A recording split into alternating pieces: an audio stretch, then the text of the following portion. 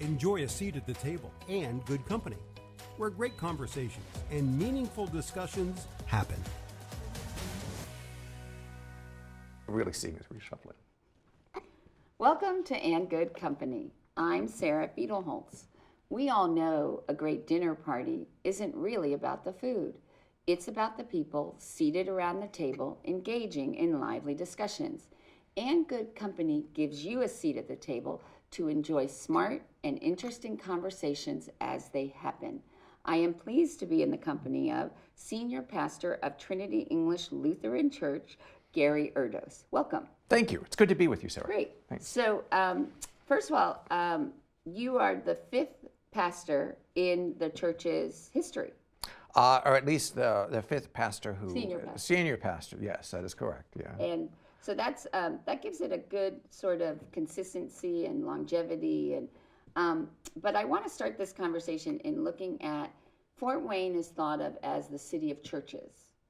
So there are a lot of them. Right. Supposedly there's over 300, but we can get into that later. But what I wanted to find out is, where does Trinity English Lutheran sort of stand or position itself within this vast community of churches? Well, we're part of the Lutheran community, and anybody who's part of the Lutheran community in Fort Wayne knows that there are two branches of the Lutheran family, what we call the Lutheran Church Missouri Synod, which actually has a seminary for training pastors here in Fort Wayne.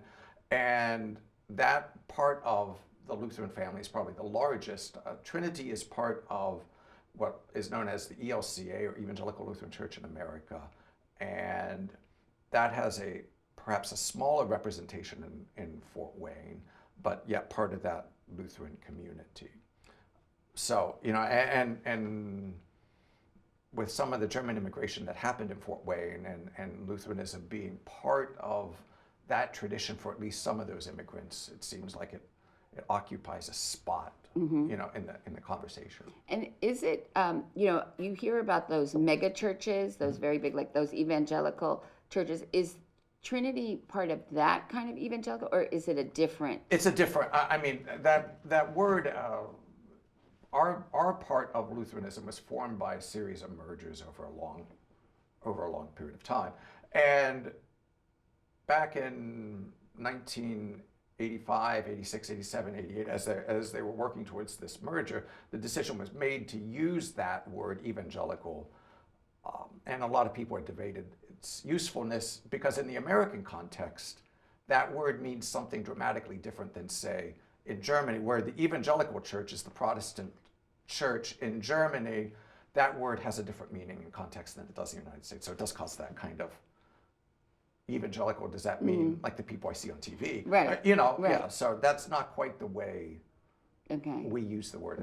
In its true linguistic sense, evangelical means gospel. So speaking of the story of Jesus, gospel. Okay. The story of Jesus. And so how, as a sect of Christianity, how is Lutheranism, I guess, is different? I mean, what is it that's the teaching or the principle that caused you to break off, or approach you take? Well, historically, Lutheranism finds its roots, we would say, in ancient church tradition, ancient church theology, ancient church teaching, but more immediately in that story of Martin Luther and his conversation with the Roman Church in the early part of the 16th century.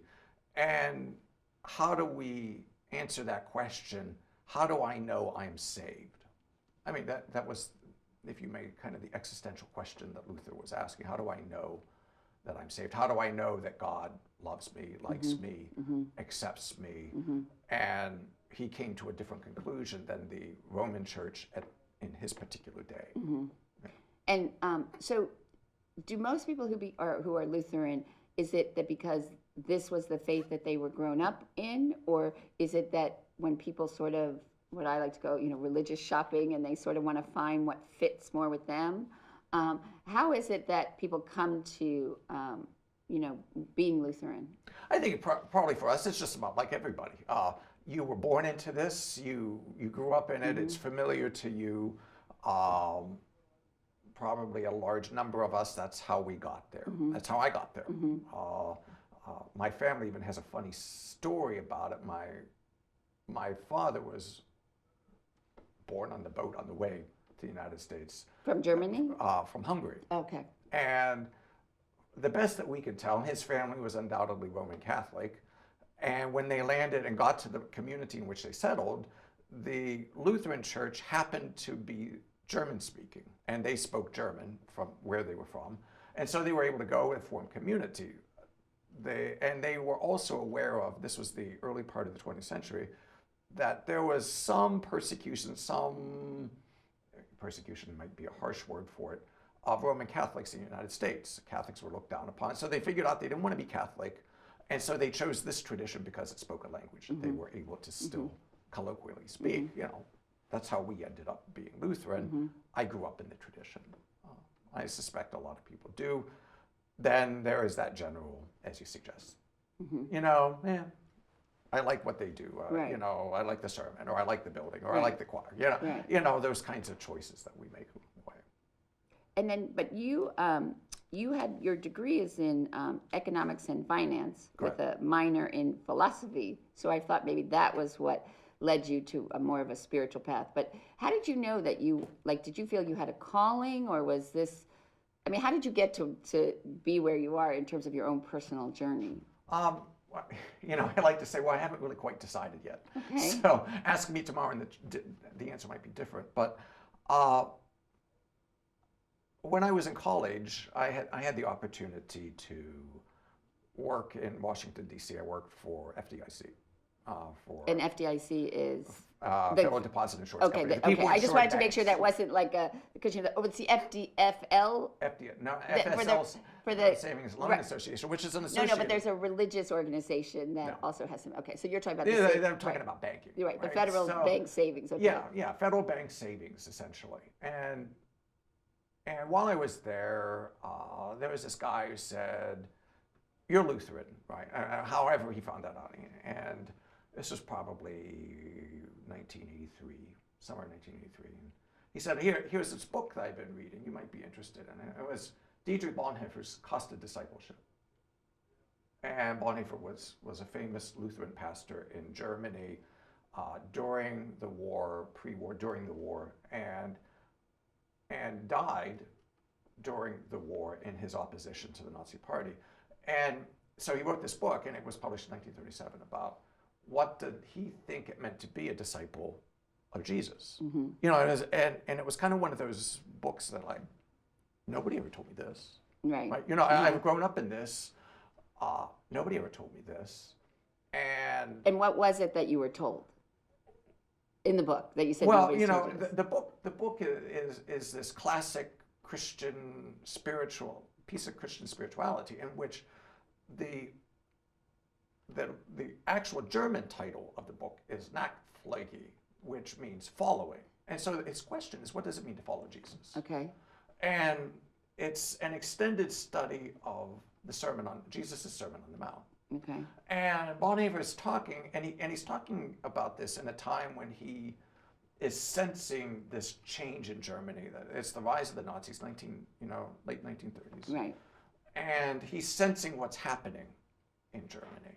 And he's asking the question as a Christian, so what does it mean to be a disciple of Jesus? Because at the same time, then there's all of this other stuff that's happening within the church. Where will at least the national church align with Nazism and the things that are happening? And he's trying to ask the question about what does it mean to be a disciple? And what does it mean to follow Jesus? And so he's trying to take seriously that Jesus has told us what it means. And it's compiled in this thing that we know of as the Sermon on the Mount. And that it's something radically different than probably we've asked. That Jesus' primary concern in this story is not about getting you safely into heaven when you die, but being God's people in this world. And so the book is this extended conversation about what does it look like to follow Jesus or be a disciple and to live as God's people in this world. And we didn't talk about that, at least in the church that I grew up in, or frankly, most churches. What does it look like to actually embody what Jesus is saying in the Sermon on the Mount? And so that was kind of like this, wow.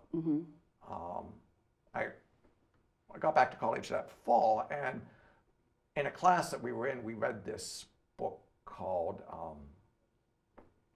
A Theology of Liberation by Gustavo Gutierrez, which was written in Latin America, famous, kind of a famous book, a little controversial, but Gutierrez was essentially trying to find a way, at least in the Latin American context of the 70s and 80s, and all of the things that were happening in Latin America at that time. Right. What does it mean to be a serious Christian in that particular context? And so in some ways, he was asking the same question in a moment of turbulence and crisis. What does it mean? And in many ways, what he was talking about was crossing over this. And I was fascinated in that conversation of what does it mean to take Jesus seriously in the world? And I ended up being a parish pastor where I guess sometimes you could say we don't take that as seriously because what we take seriously is how to get people to join the churches. So, for me, it's been that ongoing conversation. Because I mean, isn't it? I mean, if you look at the precepts of Jesus, isn't that the same across the board? That what it means to practice, serve Jesus, isn't that the same? Like, to take care of your fellow man, to Sure I mean, isn't that so? So why would it be like there are different nuances, I guess, to it? Like what you're saying that you were never told. So what does it mean in the Lutheran or for you when you say to follow Jesus? Well, I guess the way I would talk about it, at least the way within classic Christianity, is to have the conversation of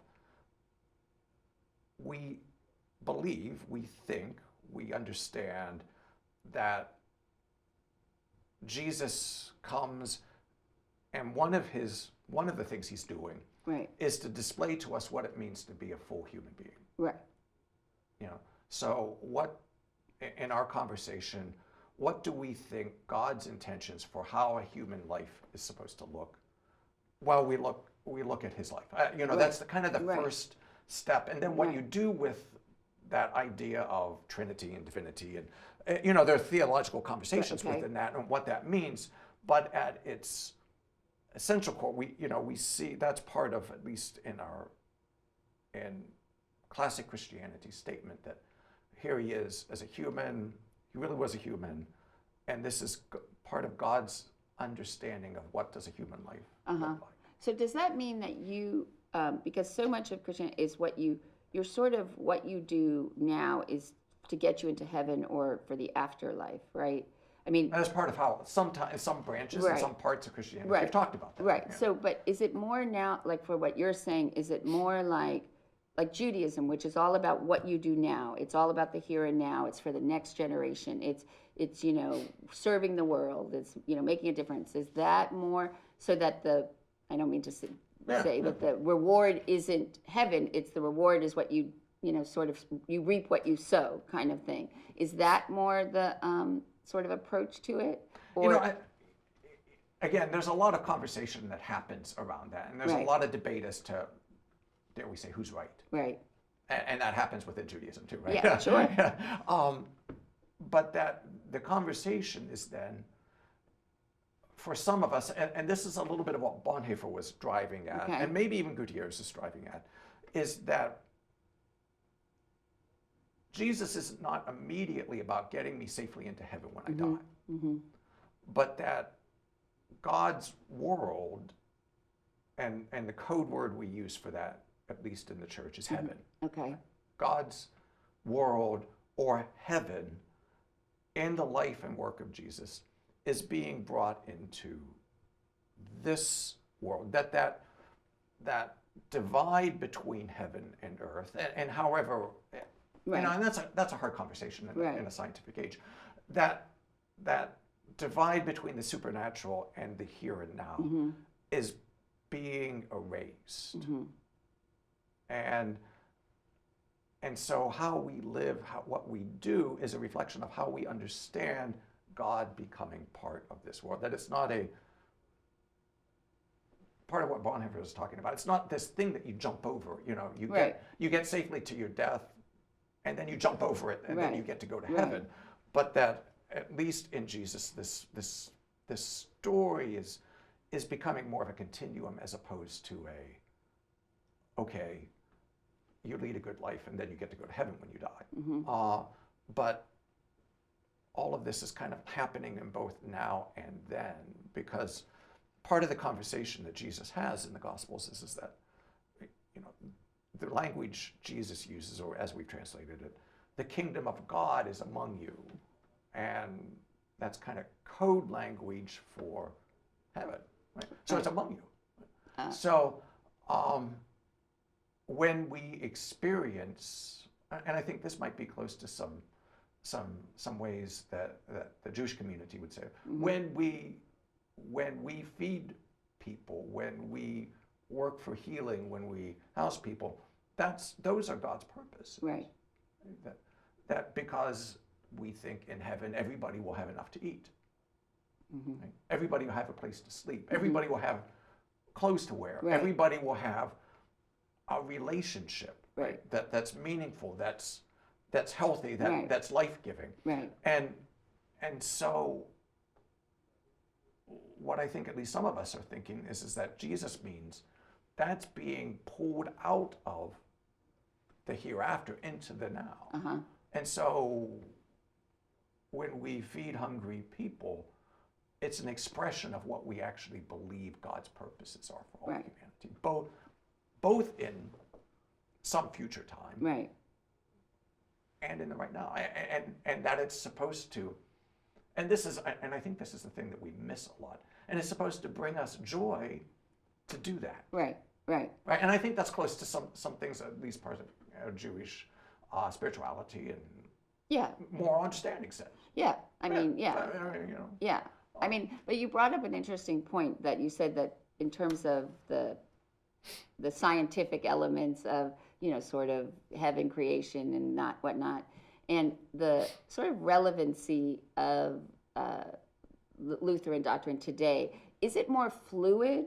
Like, is it that you sort of, there's constitutionalists who believe that it's exactly, the intent is exactly, you interpret it how the forefathers wrote it, where other justices believe it's a living document that you have to interpret and sort of evaluate within the context of the times.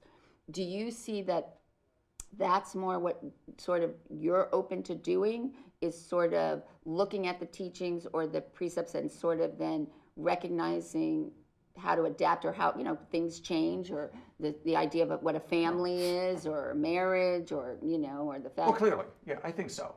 Yeah, and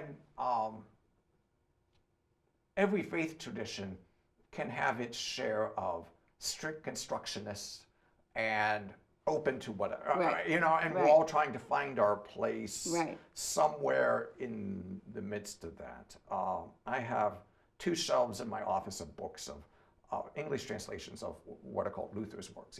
Luther's commentaries on Bible, on various social stuff or whatever. And I know that at least some of my colleagues probably say, well, we got to look and see what Luther said, and then that gives us a way to do it. And Lutherans seem to like to do that, even more than Presbyterians don't look back to John Calvin, maybe because he was kind of dour. But we can get caught in that. But Luther lived 500 years ago. Right. So it's more relevant. In a sense.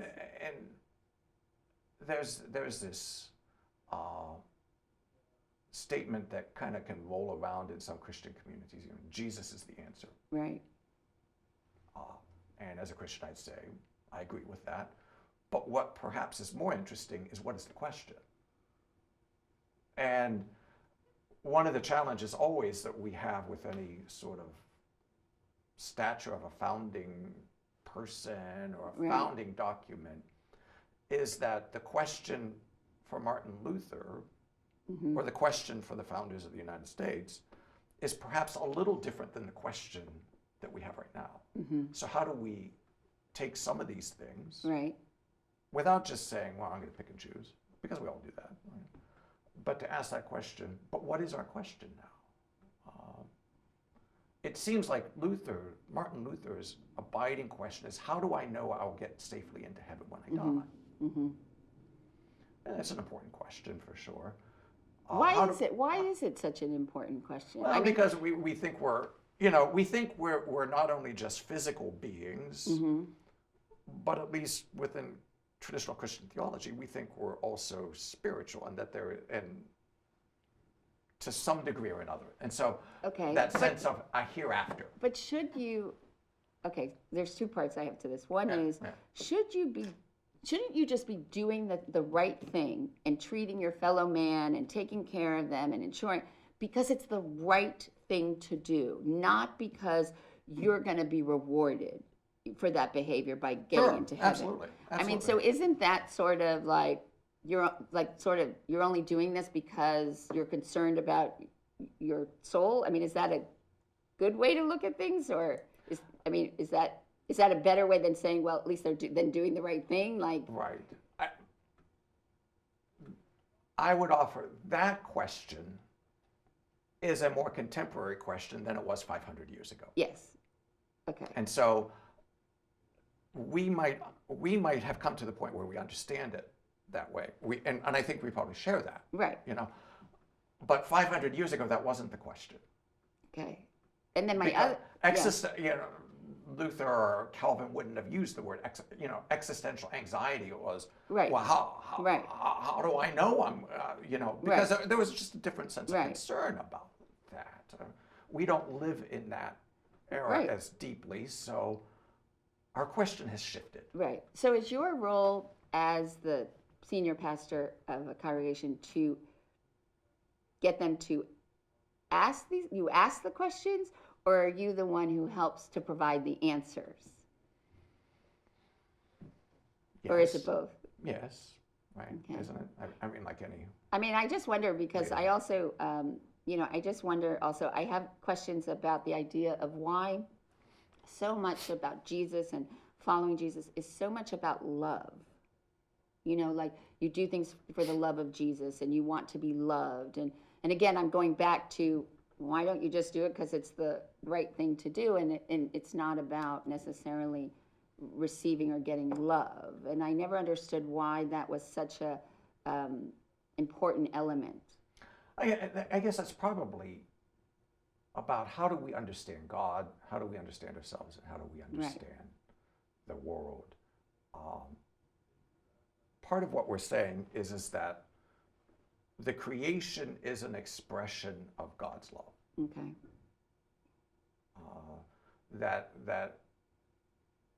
Or you could say it's an expression of everything is created in God's image, so that you're living up to as a higher being, which isn't love. It's that you respect. It's more respect. Yeah. I mean, the classic Christian way of saying that is that all of this exists out of God's love. Now that means that we got to really work hard at trying to understand what that word means. And to love is a verb, so because it's not. You can't be passive about it. You do have to take action. I mean, it's Correct. And in the classic, you go off to seminary. One of the things you're tasked to learn is Greek, and every seminarian learns, and every first new pastor is given this sermon at one point in their vocational career. The Greeks had 3 words for love. Right. I used to tell students who work for me, if I ever hear that sermon come from you, I'm going to take a hook and pull you off of pull you out of the pulpit. Right? Every congregation has heard that. But what I think that's saying is that there's more nuance than what the English word love contains. Mm-hmm. Because all words and all language is contextually relevant. Right. And so we probably need to find a way of speaking, that love is not simply God's emotion, mm-hmm. but God's deepest sense of presence in the world, mm-hmm. And that all of this is an expression of God's, the whole cosmos is an expression of God's deepest presence, deepest sense of self in the world. And so, yeah, as part of it, we live in it, we are the beneficiaries of it. Right. But as part of it, that, we come to sense it's bigger than us. We have a minor role in it. It's obviously larger than us. It spans a sense of time that will transcend us, comes before us, comes after us. So how do we exist within it, and with all of the other things that are expressions of God's presence in this world? Right. So you're probably right that word becomes a stumbling block, because how we understand that word is right. And clearly, partly what we're having now is a very philosophical kind of conversation, which goes into, though, the issue of, in today's world, and we were talking about this before we started, with millennials and lack across the board of religions, not joining religious organizations. They don't want organized religion. I mean, they don't even join clubs or social clubs or country clubs. I'm wondering and they're not, they're much more immediate gratification. They're in the tech world. It's all sound bites. And there is the issue that they're not coming to religion. Do you think it's because they don't have the attention span to have these philosophical conversations? Or do you think it's more that they want more relevant? I mean, what is it that you think is the difficulty of why? And like I was saying, that in 1991, 6% of the American population identified themselves as none, so no religious affiliation or organization. In 2019, that was 21%. And we still are doing okay in America that 47.8% of Americans do still identify with a religion. But we're slowly creeping that's going down and down. So what is it? Why is it that the difficulty with organized religion or making it relevant, or what's the, I don't know, what do you face and how do you approach this? I'd give you a short answer and a long answer to that.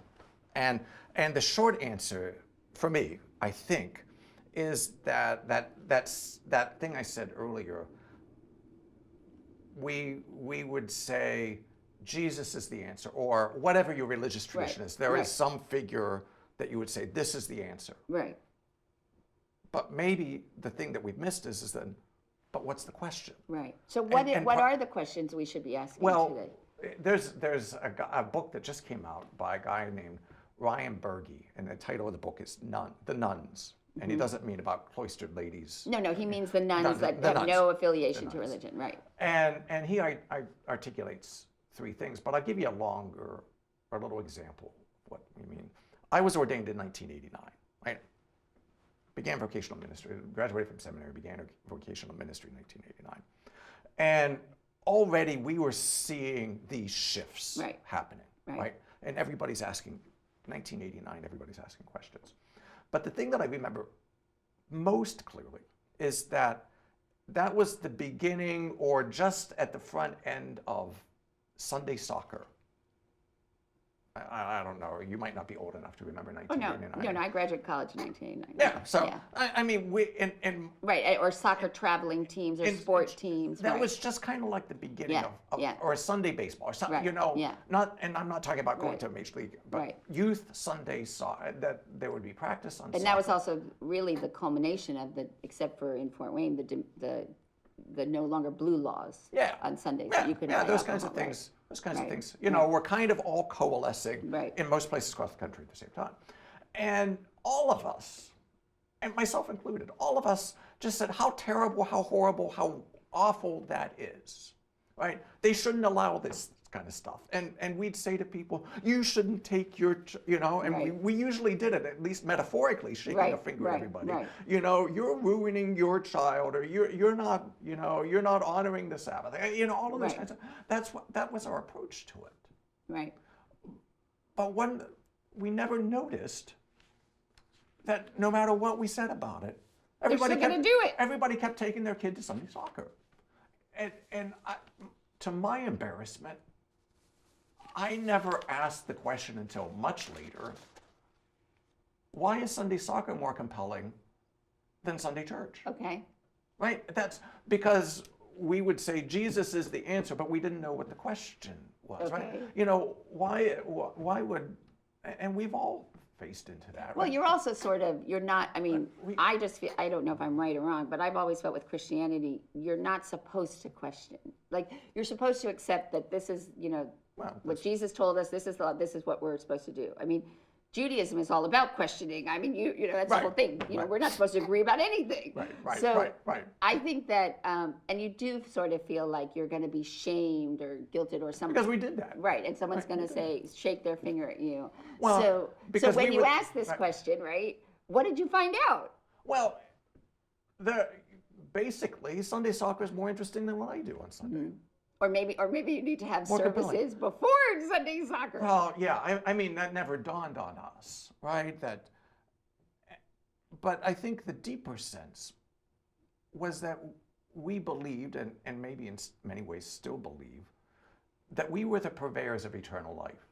Who was? The church. The church. The church. physical. The church, the community, Okay. the religious organization. Okay. And I think this cuts across not just Lutheranism. Right. It could be Roman Catholicism, Okay. it could be Presbyterians, it could, you know, it could be Methodist.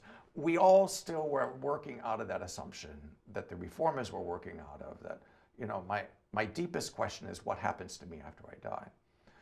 And Is that really the deepest question? well, but that's the thing that Berge says in his book. And then, we don't live in that time any longer. There's this huge book, it's by a guy named Charles Taylor called A Secular Age. And Charles Taylor, who is a Canadian Roman Catholic philosopher,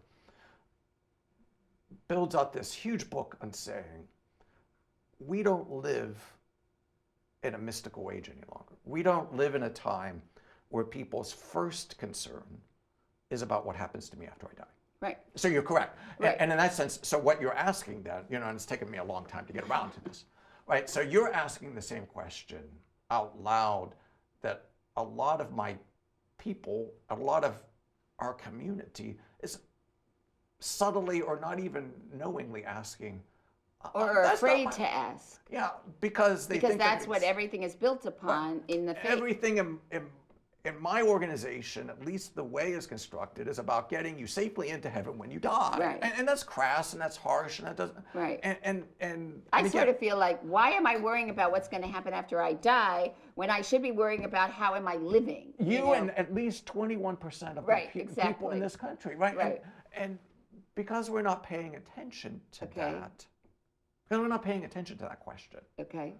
And we still think, well, because we believe it, and even if you're asking that, you can ask that question, you know, I still believe in this unity body soul, that there is something beyond this, that, you know, there is something beyond how we experience time. This is still an important question, but when nobody else is asking the question, dare I say, I'm providing an answer that nobody cares about, or at least a lot of people don't care. I don't know, because I mean, I would argue that that's the same thing about being a journalist, okay? So a lot of times when people say to me, well, how do you decide like what you're going to write about or who you're going to have on a program or something? And I always say to myself, if I have the question, then I believe others are having the question. They just may not be asking it. Yeah. So I think that sometimes you can't wait till someone asks the question. Right, sure. I think sometimes you just have to think that, well, if I have the question or you see it, then maybe you have to address it. Or be smart enough to, or observant enough, or care enough to look around the world and find out, no, nobody's listening to what I'm saying. Right, although, but then if we go back to the whole idea of like Sunday soccer, right? Now, granted, during COVID, people couldn't go to Sunday soccer, but all religious organizations saw an incredible bump in through Zoom and being able maybe also to watch a sermon or a service anytime they wanted. Everybody saw this lift of the participation in more organized religion. So that also maybe tells you maybe it's not always at a certain time. And I know that and really that Trinity, that you have done some really innovative things in thinking about the answers to these questions. So tell me some of the things like you've talked about, like the idea of having the church open or the sanctuary open at certain times for anybody to come in, or reaching out to the community. Talk about some of the things, the answers to these questions, and what that has led you to do. Yeah, well, I had a chance to be in London with some fellow clergy friends and be with some friends who are clergy in the city of London. And one of the things we found out is that the Bishop of London, church life in England is different just because of the fact that there is this established church that's part of it. But then there's also like the church of the king and queen. I mean, that's the established church, right? The established church. But the Bishop of London, at one point, mandated that all of the churches in his diocese in London had to be open every day at some time that was not a worship time. Mm-hmm. And for people to come in, not to go to a formal worship time, but just to come in, either to get out of the heat, to get out of the cold, to look around. I mean, there's some interesting buildings there, but that everybody has to be open at least a little bit every day on their terms, for their time. Mm-hmm. And I was really struck by that, when thinking about my building and thinking about all of these numerous buildings in the city of churches, when it's not worship time, all of us are locked up as tight as a drum. Right, they're closed, yeah. We're closed, right? Yeah. So we build these huge edifices and we lock the door. Right. They're not, yeah. I mean, there are... And they're very, based on the architect and the time that they were built, they are a little austere and a little cold and a little, they're just these big buildings. If nothing else, and there are some churches even, and occasionally even mine, you couldn't even figure out which door to go in. Oh yeah, no, that happened to me. Yeah, I couldn't figure out. Well, you're looking at this thing, and even if I wanted to even if I thought I wanted to talk to a pastor because I'm in an emotional crisis, I want to talk to somebody. Right. How do I find the door? Think about that, right? So we're here for you, and we lock up as tight as a drum. Well, I know Sunday for you, you could go where like the parking lot is. Yeah, because you have an entrance there. And even at that, we treat you like you're a suspect and you're a shady person. Maybe you are. But that doesn't preclude, even if you're a shady person, that you may want to talk to somebody you're having. I think part of my business is dealing with shady people. Some of them, I might even be related to me. Right, exactly. And so, but that really struck me when I heard that, oh my gosh, he's talking about me. And so we came back, and a couple of parishioners were with us, and we said, well, what if we just had times when we just opened the church? Not again, that sense, not for worship. We're not there to manage your time. Come in. Mm-hmm. Let us share this thing that we have with you. Mm-hmm. Right? And we got volunteers who would then be there to welcome people as they came in, answer the questions if they have any. Of course, we're like everybody. We're afraid that somebody will steal the candlesticks. And I said, the building's built out of limestone and slate, and the pews are bolted to the floor. Right. If you want to steal a Bible, go for it. Right. Yeah. But again, we had sometimes we have this fear, and there is this statement from St. Paul, from St. John, perfect love drives out fear. So we should stop being as fearful and just open the place. Mm-hmm.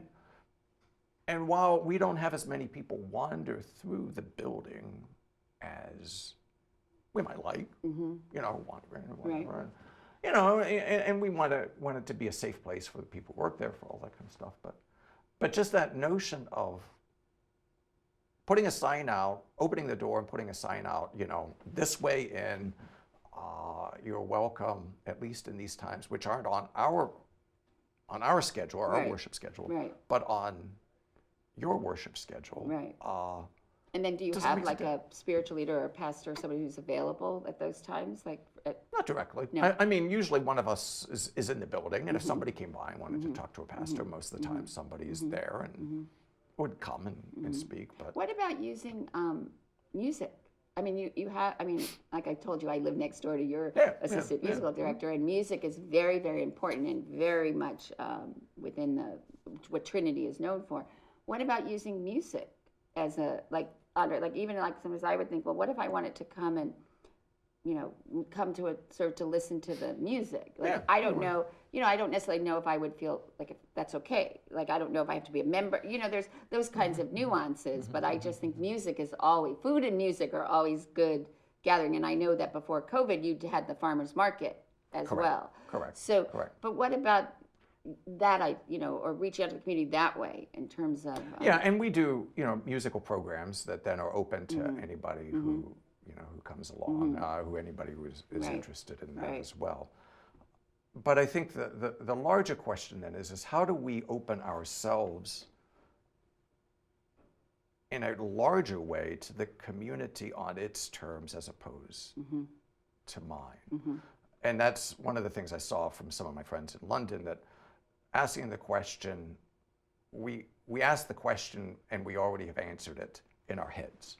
But how do you actually ask the question to let somebody else tell you the answer and take them seriously enough, care enough about them to think that your answer is not silly or misguided, or or your question is not silly or misguided. It's your question. Right. Without me superimposing what I think your question should be or what I think the answer is already given. And so we've tried to do... Well, so you started a position, you had a community outreach person. Are you still, I know Sarah left. Are you still continuing that? Was that successful? We continued that. I mean, obviously we can't say everything with COVID, but... Yeah, we continued that. Sarah left, and then we continued with another staff person, and then in the midst of COVID, when some of that kind of stuff just wasn't possible. Right. But are you hoping to, like, you had a really good program, God on Tap, where you would, I mean, those to me seem, and that might be a good way to meet. Like, again, you said, you open the building so that when people are ready, but maybe also you have to go out in the community and meet people where they are. Correct. Not, because we see these beautiful buildings, and if we have, and it was Javier Mondragon said this, if we have all these churches and everything, why do we still have so many problems in the community? So maybe is it also that you need to come outside the building? Because isn't God everywhere? I mean, isn't that the idea? Sure. That you don't only have to. So maybe you could worship at the. I'm being a little facetious about at the sidelines of the Sunday soccer game. But I mean, what is it that you feel that you get that you can only get sitting in a service that you couldn't get like on the side, or at your home, or reading, or what is it that you feel? Well, I think the answer that we give to that is community. Okay. Real community. Now, I think what happened with some of the stuff through COVID, and I mean, we had this massive uptick in participation. Right. I mean, numbers that transcend a generation and a half. Okay. Right. So. Now, is that translating now to people coming to services, or are you still keeping the Zoom? Yeah, we're keeping. We do it as a live stream, and then it also streams onto Facebook Live. And still now, the in-person worshiping attendance is smaller than it had been, but the online worshiping attendance, if you may, is still standing up. And the question we're asking is, kind of trying to internally ask ourselves is how do we help form community with people who are online, and many of whom we don't know who they are. And, that could be part of the appeal of that, is that I don't have to reveal myself. And we have to figure out how do we work with that and accept it and live into it. So we're kind of asking that question, how does it, now that we're kind of in a more hybrid world. If you're in and out and Right. you're part Right. and parcel with this. But you touched on an interesting thing that we can tell from the statistics of the equipment that we use. Close to a third of the people don't watch us in real time. So you're coming at a different time. Right. 10:30 isn't your time, right? For a variety of reasons. And so this opens up the questions that we haven't answered before, but now are trying to. But you did in some ways, because you recognize that the building should be open not only when you worship. So then you have to question, well, you should offer worship not only at 10:30 on Sundays, so that people can, and then. And you also have, but you have really invested a lot in your graphic design and your technology, and you have really incredible camera operation. And how many cameras did you say you There's have? 10 in there. Right. There's 10 in And there. so you've really also recognized, not that you're putting on a show or you're entertaining. That's not it. But you've recognized that you have to incorporate some of those elements into what you want to do if you want to remain relevant and attract people, because that's what's important. Right. That does, and there's always a delicate balance that we're trying to walk there, where it's not just an entertaining, an entertainment. Although if you had an entertaining sermon, and obviously people would, they would better enjoy than- that more. Yeah. We've all heard that sermon. I've given that sermon, I suspect, of just like, oh my gosh, Lord, in your mercy, end this sermon. Right. Please just sit down. But I always think it was good, like if people laugh or, Yeah. So, I mean, to do that. So we're fortunate at Trinity that we have the resources to be able to install 10 cameras into this somewhat iconic kind of building. Right. And it gives our guy who runs those cameras the ability to then intersperse. Make it more visual. Make but it more you also have like a graphic design artist who also works on your you really have, in that sense, really recognized the importance of how to present it. Yeah, that experience. That doesn't always make it any better than my neighbor who has a cell phone on a tripod, because that's what, those are the resources that their congregation has. And his message could be as, right. But presentation matters. Yeah, people kind of notice that. Right. And that's all, especially with the younger generation. Yeah. But still, it finally comes down to, finally though, if anybody comes back, it still has to finally come down to somehow we have to be on purpose or not on purpose answering your sometimes unasked question. Right. Because that's the only reason you're going to come back. I remember when I first came to Trinity, why would anybody come to this church? Well, we have a beautiful building. Okay.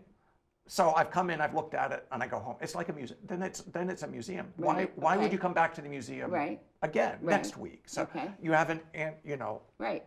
I can have these things, but if people don't perceive that I'm answering, or our time together is answering anything for you,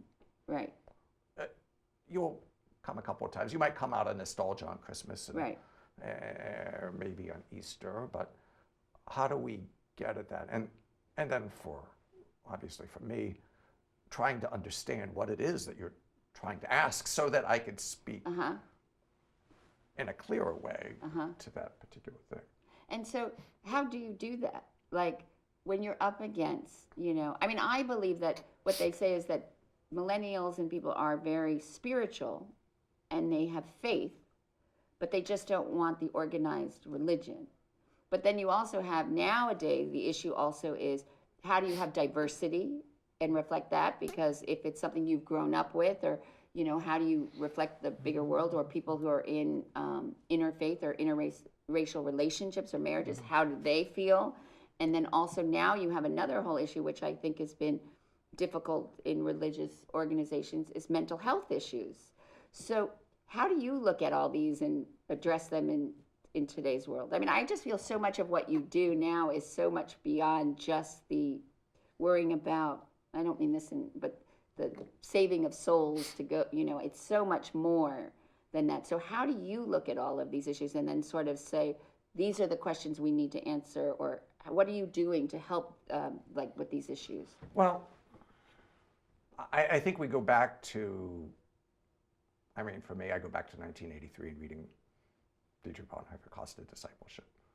How do we embody the story of Jesus, at least in the way that he told it to us, in the world?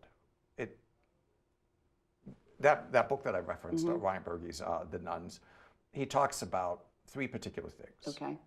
One is the rise of secularism, and Charles Taylor, as I also said, talked about that, which means that people are asking a completely different question and experiencing the world in a completely different way. So, so to take that seriously, and people, I think in some ways when you say I'm spiritual but not religious, what you're, maybe that's a code word for saying, I don't need you to get me into heaven. I can get myself there, or I can get myself there, or that's not my motivation. My deeper, I'm spiritual, so I'm trying to be in communion with this world. Right. I'm trying to be present or mindful or And you may or may not be worried about your eternal soul or whatever that kind of means, but so you're trying to, so we got to hear that, and I think, again, in my reading of the scriptures, there was no human being more present in his moment than Jesus. Right. I mean, if we read any of those, even if we don't believe them, the stories that are presented, there is no human being more present in this world with other people than Jesus. Did he ever talk about what he was doing so that he could get into heaven? I don't. No, never. That's never the conversation. Right. That's it's never a conversation, right? That's never where the conversation. I studied it more as an academic than from that but standpoint. Still, he is extremely present, and and the thing that we hear from people is that I'm not Christian. What you're saying is you don't want to be part of the church, but you see this story about this person who is as present as anybody ever is. That's, how do we be more present with people? And putting others before himself. Right, me more present with people in the same way that we see Jesus doing. That, if we want to be his, if you're Christian, if you take that title, if I want to be a disciple follower of Jesus, he's showing what that means. And the bulk of that is about being present with people and this world, in this creation, in this moment now. And I think the secret is, and we've been missing it all along, that's the same thing even if you're not worried about whatever the hereafter. You're worried about this world, secularism, this moment, this time, this space, this community, not religious. Well, you're probably still wanting to be present. Right. And you'd probably like me to be present with you. Right. Right. So there's that, and Berge kind of touches on it, and I think he kind of disparages whether or not the church could actually do that. I'm a little more optimistic that if we really worked at it and took it seriously, I think we probably could. He does then point out two other things. One is the rise of politics in everything. Right.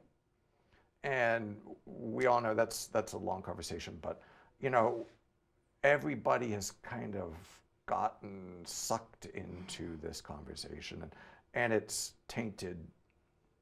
Not that our political life isn't important, but in a deep negative kind of way, as we know. And it's created such divisiveness and fractions beyond. And there was a long time ago.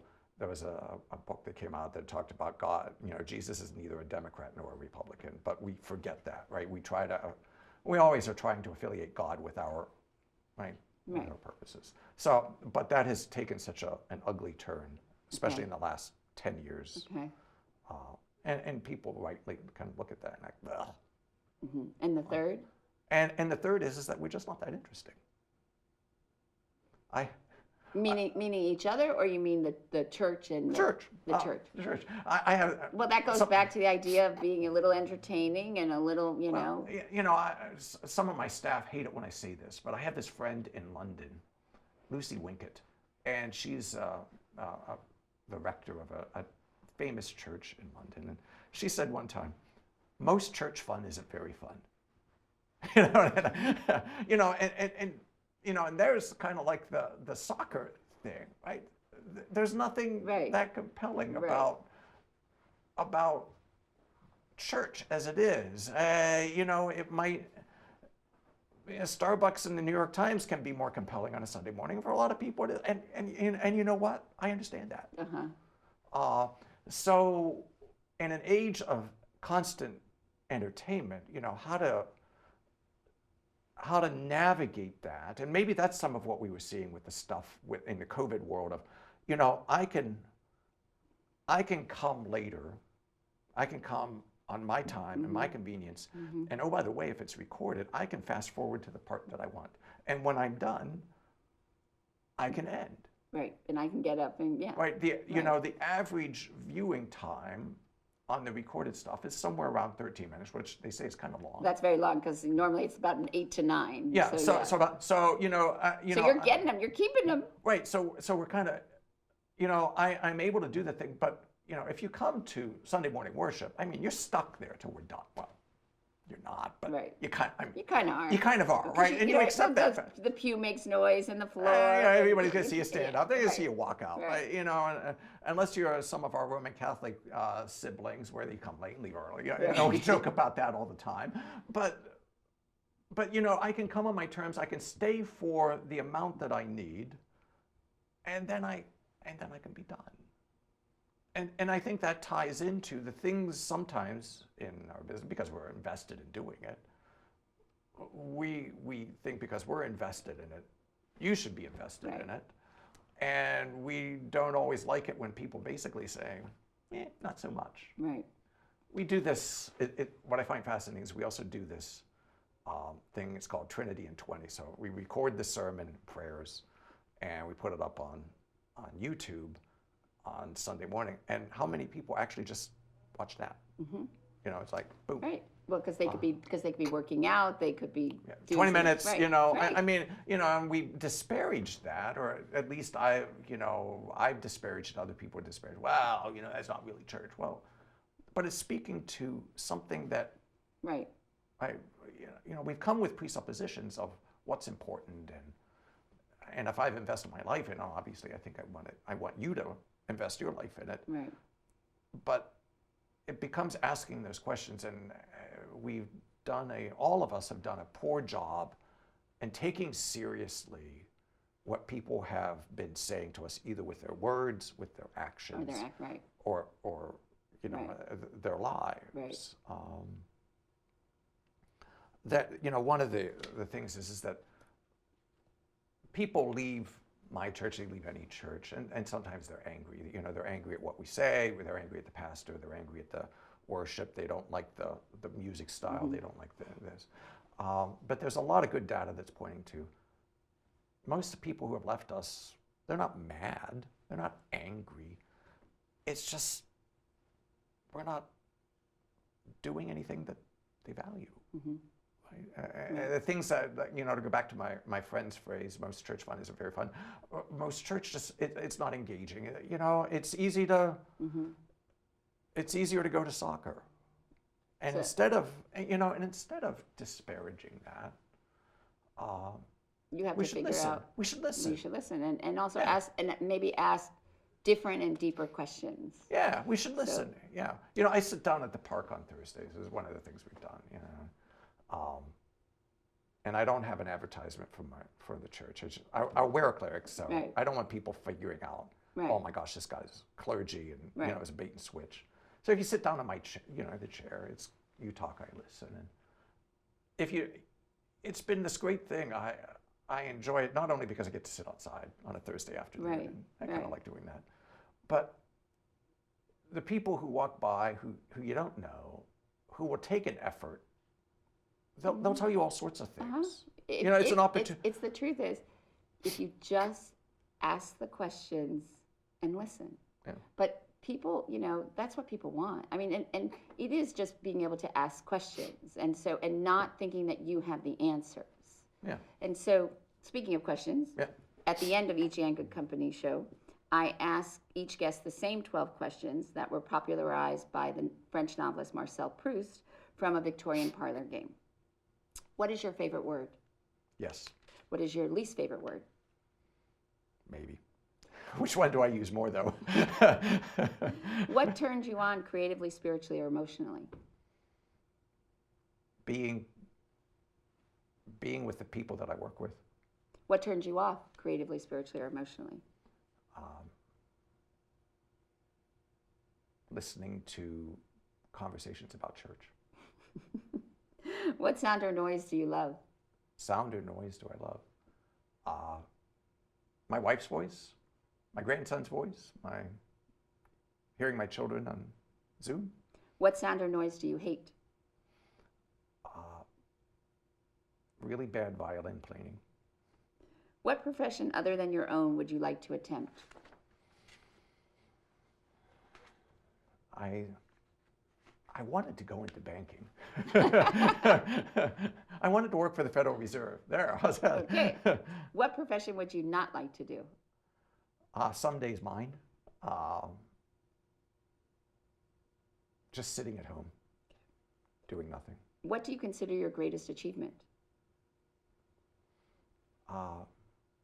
The ability to, with my wife, raise two young men who seem to be relatively happy. Who, living or dead, would you most like to have a conversation with? Dietrich Bonhoeffer. How would you like to die?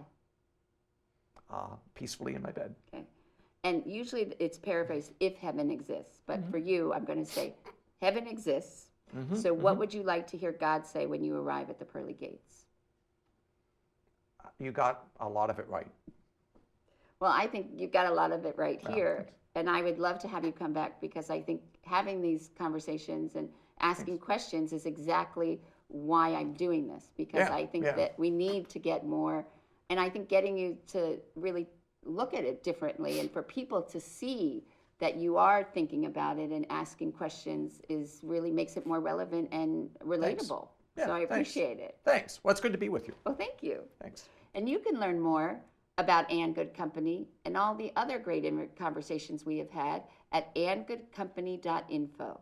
And we look forward to next week, when you can again enjoy a seat at the table for great conversation and good company.